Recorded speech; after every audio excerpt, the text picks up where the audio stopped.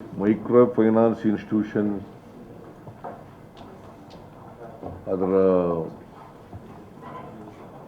ಪದಾಧಿಕಾರಿಗಳು, ಅಸೋಸಿಯೇಷನ್ನ ಪದಾಧಿಕಾರಿಗಳು, RBI ಸಂಸ್ಥೆಯವರು, reserve bank of India regional ಆಫೀಸರ್ಸ್ನ ಕರೆಸಿದ್ದಾರೆ. ಆಮೇಲೆ ನಬಾರ್ಡ್ನವರು ಜೊತೆಗೆ revenue department, cooperation department, police department, ಆಮೇಲೆ ಲಾ ಮಿನಿಸ್ಟ್ರು ಮತ್ತು ನಮ್ಮ ಫೈನಾನ್ಸ್ ಡಿಪಾರ್ಟ್ಮೆಂಟ್ನವರು, ಲಾ ಡಿಪಾರ್ಟ್ಮೆಂಟ್ನವರು ಮತ್ತು ಫೈನಾನ್ಸ್ ಡಿಪಾರ್ಟ್ಮೆಂಟ್ನವರು.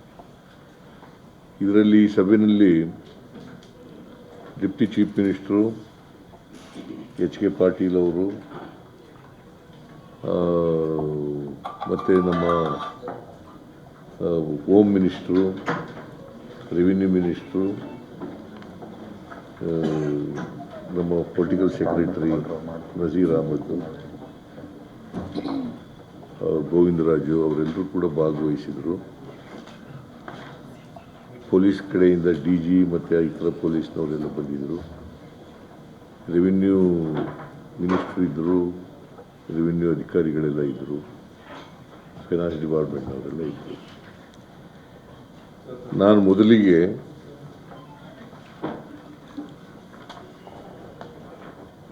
ಇವರು ಯಾರು ಮೈಕ್ರೋ ಫೈನಾನ್ಸ್ ನಡೆಸ್ತಾರೆ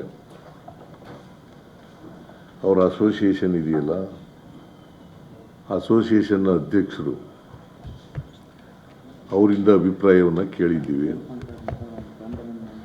ಜೊತೆಗೆ ರಿಸರ್ವ್ ಬ್ಯಾಂಕ್ ಆಫ್ ಇಂಡಿಯಾ ಇದರ ರೀಜನಲ್ ಆಫೀಸರು ಅವರ ಅಭಿಪ್ರಾಯ ಕೇಳಿದ್ದೀವಿ. ಇವರ ಅಭಿಪ್ರಾಯ ಕೇಳಿದ ಮೇಲೆ ಯಾರೂ ಕೂಡ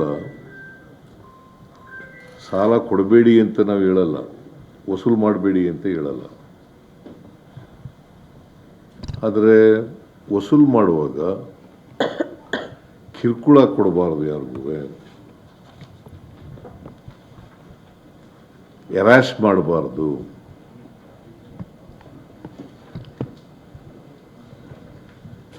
ವಸೂಲಿ ಕ್ರಮ ಮಾಡುವಾಗ